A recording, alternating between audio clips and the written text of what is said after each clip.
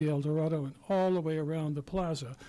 I think I've finally come to the conclusion that it's unfair for each developer to have to deal with our traffic and our parking problems. It's a city issue, definitely a city issue. I suggest that we, and parking surveys, because whatever day, whether it's on a November day or on a Good Friday like the affordable housing project down Broadway, it's going to be criticized. So I suggest that the city, I think I can suggest, the city have an annual parking survey, a plaza parking survey, an annual survey that is, it's each developer then, if needs to use it, will pay a permit or something to help support it. But that's the survey. It's done by the city, and everybody who needs one during that period uses it, and then the next year could be a different time or whatever. We just can't depend on every developer having to do everything for the city. So that's what I would like to say about that. Thank you very much for listening. Thank you so much, Mr. Demler. Are there?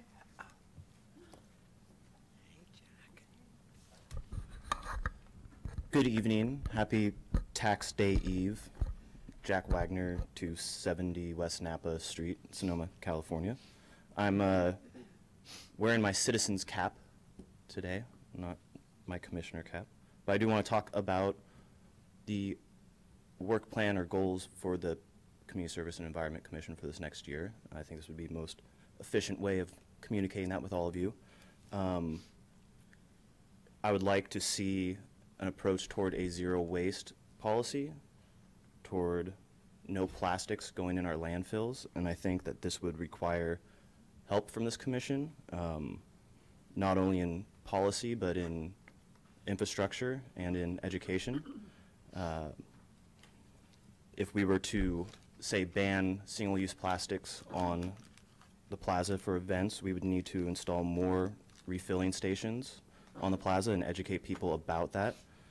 We were educated at that meeting about the amount of waste that goes into our landfills because what we put in our recycling bins aren't cleaned, are contaminated with food waste and other waste. I've been really good at making sure everything I put in that bin now is completely clean.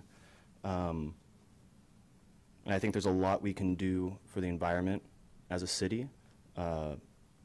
We do have a TOT tax coming up, which this council put on the ballot for November, or is going to put on the ballot for November. If that is passed, I would like to see some of that money go towards improving our public transit infrastructure.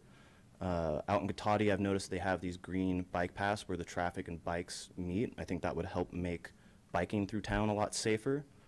I would like to see perhaps some electric vehicle recharging stations downtown if we wanted to improve that type of that use. There's a concept and a process called plasma gasification, which we were talking about landfills. This is a means of which plasma is used to break down anything less than nuclear waste into basic components. There's a few systems running around the world. This would be something that perhaps those that are on the Waste Management Agency and Sonoma Clean Power Board could start looking into. This would be a great thing where they could meet together. I do see Sonoma County and Sonoma at large having a ability to be both energy and waste independent. I don't think we need to be putting anything in our landfills. We could be taking stuff out of our landfills and producing energy with it, with that systems. Again, there's probably a lot that you'd want to look into with that. And I got 12 seconds. So yeah, this would add to what my previous community member talked about, traffic, if we want to improve bikes and recharging and the like. So thank you and have a good day. Thank you, Mr. Wagner. Anyone else would like to speak? Seeing no one approach the podium, I will close the session for comments. And now we're moving on to presentations.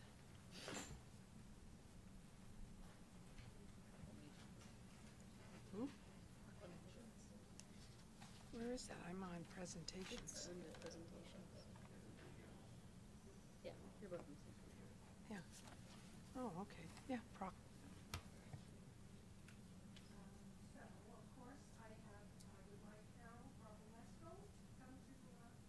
the front, I have a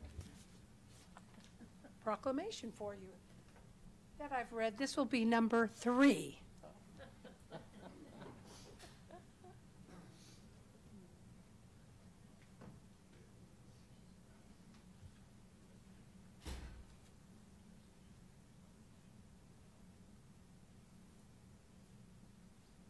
And I didn't say that facetiously. I actually enjoyed each time I read this. As did I. I know, it was so wonderful, was it?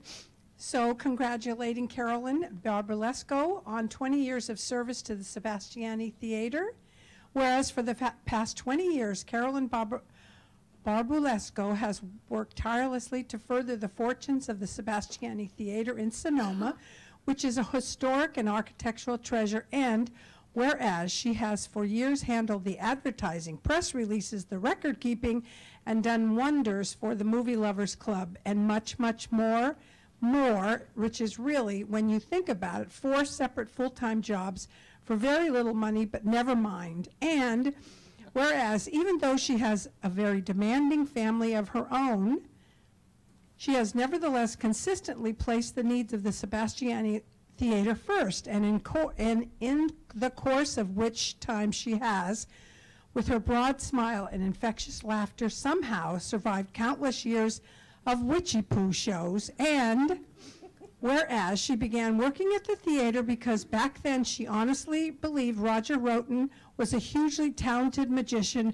who just needed a little help to put together a big magic show that would take him to the moon. And now 20 years later, she is still patiently waiting. But alas, it is happening at the end of this month. Oh, yay.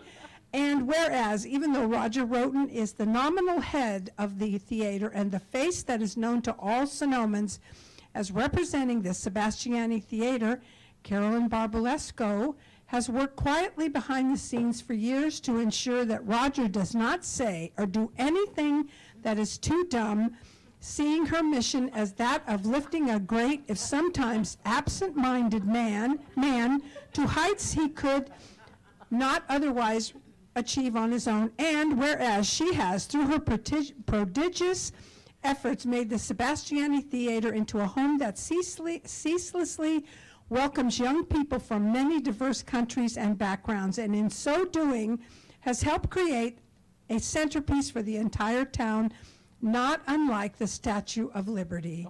And whereas, even though she has been working with Roger for 20 years trying to keep the world's smallest